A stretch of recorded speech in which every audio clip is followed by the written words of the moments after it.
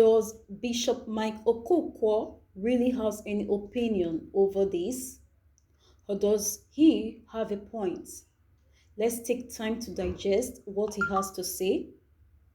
In my opinion, he said exactly 100% the true situation of things happening in the country and the root causes as well as suggested solutions. You might throw away the messenger, but the message have been delivered.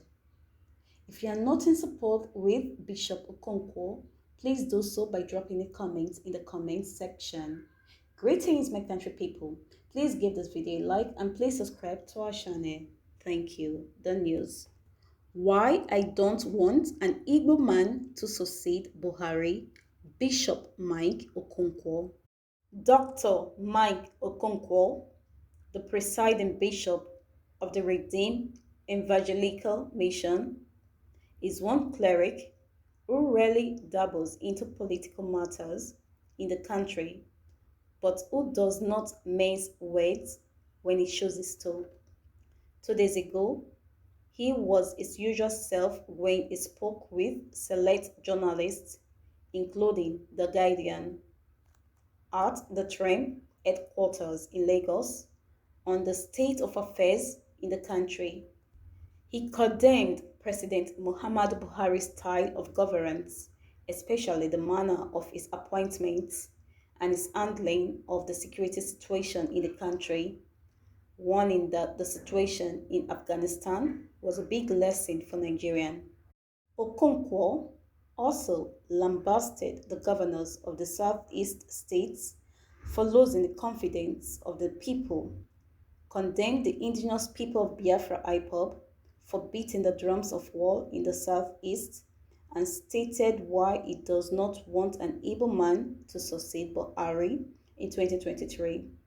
He also spoke on the qualities Nigerians must look out for in people that will present themselves for the number one position before making their choice. Well, it is only somebody who is blind or dishonest that will say that he is satisfied with how the country is now. For me, I think the nation is going through a period of gestation. Something new has to be born. We have gone round this mountain long enough and it is not working. To be honest, something is fundamentally wrong in the way we have operated since our independence in 1960.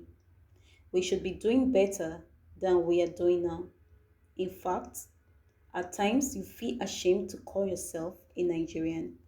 Few years ago, we said Ghana must go. But today, Ghana is far ahead of us in their national development. Our educational system is rundown, security is rundown, and economic is rundown. Everything is level to the ground. Everyone is on ground zero. So definitely, no one will say that he or she is satisfied with the situation in the country. I mean, people are afraid they cannot travel. You cannot confidently go to your village. The insecurity has gotten so bad that they can even invade your armory and carry arms and nothing will happen. Then, where do you turn to? The most recent was the invasion of the Nigeria Defense Academy, NDA, in Kaduna by bandits. If these people could walk into the NDA and kill people and escape, then where do we stand? Kaduna happens to be a very stronghold in terms of military presence, and these things are happening there. So, there is no more hiding place for people, and we should seriously look into it as a nation. I was watching the Minister of Labour when he was being interviewed in terms of doctors that are leaving the country, and he said for him, it does not mean anything. I was shocked. How many doctors do we have in Nigeria for him to say we had surplus? We have surplus, but we go to hospitals and we'll be looking for doctors. That is also the situation at the Earth centers. I told myself that this man must have been living in another world, not in Nigerian. We are having brain drain. People are leaving the country, and when they get out of the country, they excel. That shows that Nigerians are resilient, brilliant, and know what they are doing. It is a matter of having a system that works in the country so that the citizens will be able to reap the benefits of what God has endowed Nigeria with. So the state of the nation is becoming very scary. In fact, at times I ask myself how the people in the National Assembly see themselves. You are supposed to be in the National Assembly to pass laws that would be beneficial to the nation. And these things are happening in your eyes, and you go to the National Assembly, walk back home, and sleep. You don't take drastic actions or decisions that will address those issues. But please don't forget to give us a thumbs up and please hit on the subscription button down below. I see you as you do. So may the blessings of God never cease to overflow in your lives as you all support my channel. Amen. If you notice, there is strong agitation that the entire federal system we are operating should be looked into. And from my understanding, it is even in the manifesto of the ruling party. I heard that it is the number one item in their manifesto. Pastor Tunde Bakare, who was part of the drafting of their constitution, said that it is the number one point in their manifesto. Through federalism, restructuring. Now, the question is, why has it not been done? So, there is agitation from every area. Initially, it was the indigenous people of Biafra, IPOB. Is no more IPOB alone.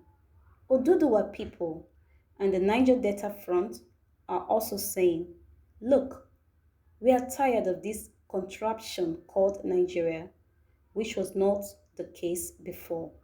So, definitely, when there is such agitation all over, the truth is that people who are trying to either sweep it under the carpet, run away from it, threaten people are wasting their time. We must come to a point when we will look at the country and readdress the present situation we are in, because that is why there is tension everywhere. There is lack of trust everywhere. Nigerians don't trust anything again. They don't even believe in the government any longer. So, obviously, this is an indication that there is something that has to give way for another thing to rise, and that is where we are going. I believe that there is need to give birth to what will be beneficial to the entire land so that every region will develop at their own pace. I mean, we can't continue with this type of mediocrity. What we have on ground now, to put in the native parlance, is like you beating me up and saying I should not cry. It's not possible. If you beat me up, I must shed tears. Let me give you one example. People are complaining of insecurity.